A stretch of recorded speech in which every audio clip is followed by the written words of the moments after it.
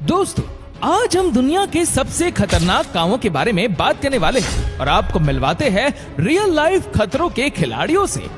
Number 1, releasing ship anchor. दोस्तों, कई बार कुछ कारणों के चलते पानी के इन बड़े बड़े जहाजों को समंदर के बीचों बीच में रोकना पड़ जाता है। ऐसे में इन जहाजों के ब्रेक के रूप में इन विशालकाय एंकर का इस्तेमाल किया जाता है। लेकिन आपको बता दूं कि ये काम इतना खतरनाक होता है कि इसके दौरान जहाज के इन एंकर्स को गिराने वाले वर्कर्स की जान जाने के साथ साथ जहाज के डूबने का भी डर बना ही रहता है, क्योंकि कई बार ऐसा देखा गया है कि ये एंकर्स पानी के तेज बहाव या फिर तूफान के समय में इतनी ज्यादा तेज गति से समंदर के बीच में जाते हैं कि ये समुद्री जहाज के ही कई चिथड़े कर देते हैं। और पानी का जहाज जितना बड़ा होगा उसे रोकने के लिए उसमें लगाया गया एंकर भी उतना ही बड़ा होगा। और वहीं अगर बात की जाए 1000 फुट लंबे और कई 100,000 टन वजनी इस एयरक्राफ्ट कैरियर की, तो इसे रोकने के लिए इसमें लगाए जाने वाला एंकर और उसकी चेन का आकार इतना बड़ा होता है कि जिसकी आप और मैं कल्पना भी नहीं कर सकते। इस जहाज में अकेले इस मैकेनिज्म को लगाने के लिए इसके कई कमरों का इस्तेमाल करना पड़ता है। हालांकि इस चेन को काफी हाई क्वालिटी मेटल से बनाया जाता है, लेकिन समुद्र के नमक वाले पानी में बार बार जाने के कारण कमजोर हो जाने से किसी एक्सीडेंट का डर भी हर वक्त बना ही रहता है। और जब भी इस एंकर को पानी में ड्रॉप किया जा रहा होता है तो इससे होने वाली फ्रिक्शन के चलते जहाज के इस हिस्से में आग की चिंगारियां भी निकलने लगती है। और ऐसे में अगर ये चेन टूट जाए या फिर गलती से कोई वर्कर इसकी चपेट में आ जाए तो उनका बच पाना नामुमकिन हो जाता है। इस जहाज में होने वाला ये एक ऐसा ऑपरेशन है जिसके होते समय जहाज के हर एक वर्कर से लेकर कैप्टन तक हर कोई सारा समय भगवान को ही याद करता हुआ नजर आता है। यही कारण है कि हर बार एंकर को पानी में छोड़ने से पहले उसकी हर एक लिंक को अच्छे से चेक कर लिया जाता है। लेकिन इसके बावजूद भी कई बार इससे होने वाले बड़े बड़े हादसों को अक्सर देखा भी जाता रहा है। Number 2, salt farming. भारत के आजाद होते ही यहाँ पर इतनी गरीबी थी कि देश को अपनी जरूरतों को पूरा करने के लिए सॉल्ट एक्सपोर्ट पर ही निर्भर रहना पड़ता। और देखते ही देखते आज भारत नमक का तीसरा सबसे बड़ा प्रोड्यूसर बन चुका है। लेकिन इसके पीछे की प्रोसेस काफी पेनफुल है। सॉल्ट वर्कर्स को शरीर को जला देने वाली तेज गर्मी में काम करना पड़ता है। पानी से नमक को बनाने की इस प्रक्रिया को सोलर इवेपोरेशन मेथड के नाम से जाना जाता है। सबसे पहले तो ये लोग पानी से नमक को निकालने के लिए सही मौसम का इंतजार करते हैं, जिसके लिए काफी तेज गर्मी के साथ साथ बारिश का भी होना जरूरी होता है। फिर उसके बाद मिट्टी के पार्टीशन बनाकर पॉन्ड्स को तैयार किया जाता है। इसके बाद शुरू होता है एक भारी भरकम कमर को तोड़ देने वाला काम। नमक को तैयार करने के लिए जमीन को ठोस करना होता है, जिसके लिए इन्हें अपने हाथों से काफी भारी भारी रोलर्स को चलाना पड़ता है। इन वर्कर्स को हर एक पॉन्ड में कम से कम 30 बार इन रोलर्स को चलाना होता है, क्योंकि धरती जितनी ज्यादा ठोस होगी नमक भी उतना ही अच्छा प्रोड्यूस होगा।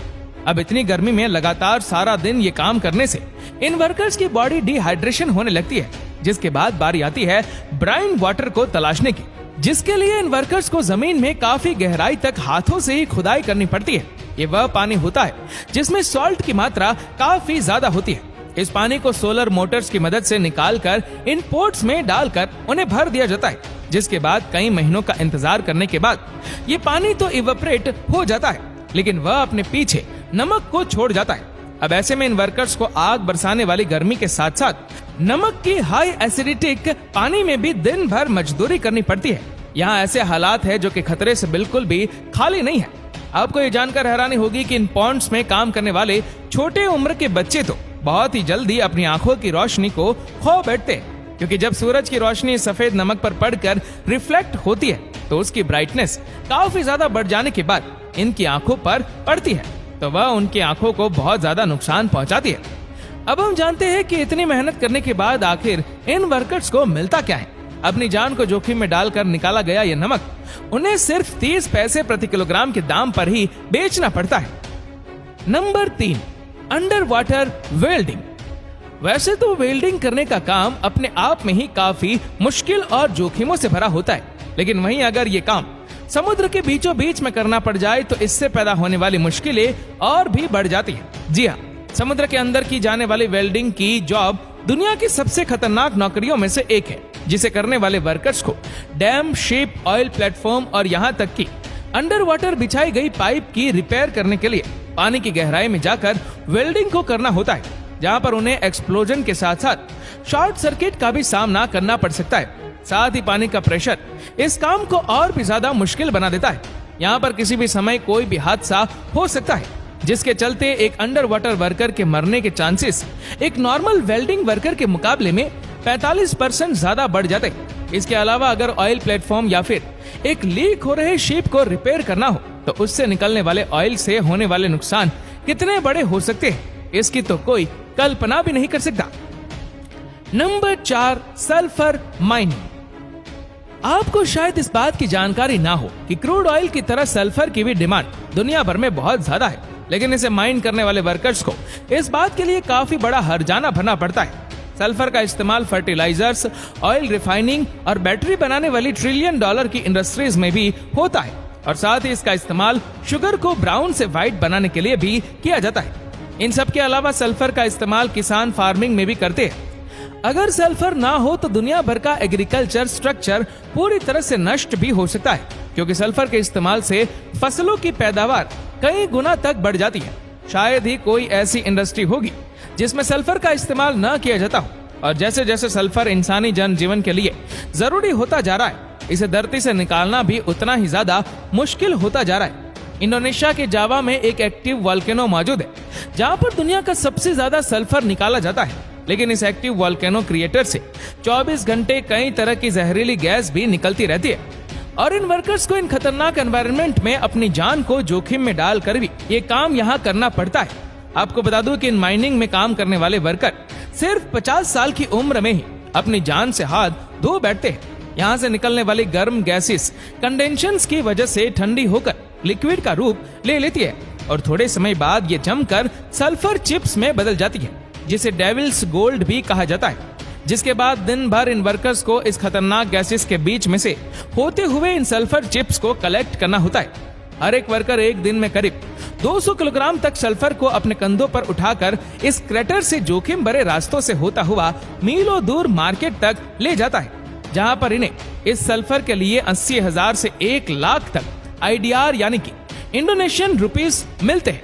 अब भले ही सुनने में आपको ये पैसा बहुत ज्यादा लगे, लेकिन हकीकत में अगर इसे अपने भारतीय रुपए में कन्वर्ट किया जाए तो ये कुछ 550 से 600 रुपए ही होते हैं, और इतने कम पैसों के बदले इनकी सांसों में ये जो जहरीला धुआं जाता है, इसके चलते इन्हें कई बीमारियां लगने के साथ साथ बहुत जल्दी ही इनकी मौत भी हो जाती है। अपने परिवार का पालन पोषण करने के लिए चंद पैसों के लिए ये वर्कर्स अपनी जिंदगी से खेलने के लिए मजबूर हो जाते हैं।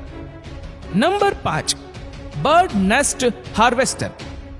साउथ ईस्ट एशिया के समुद्रों के किनारे पर बनी इन लाइमस्टोन की चट्टानों पर ये वर्कर चढ़कर अपनी जिंदगी को काफी जोखिम में डालते हुए नजर आते हैं, और ये इस काम को सिर्फ और सिर्फ एक बर्ड के घोंसले की तलाश में करते हैं। इस बर्ड का नाम है स्विपलेट।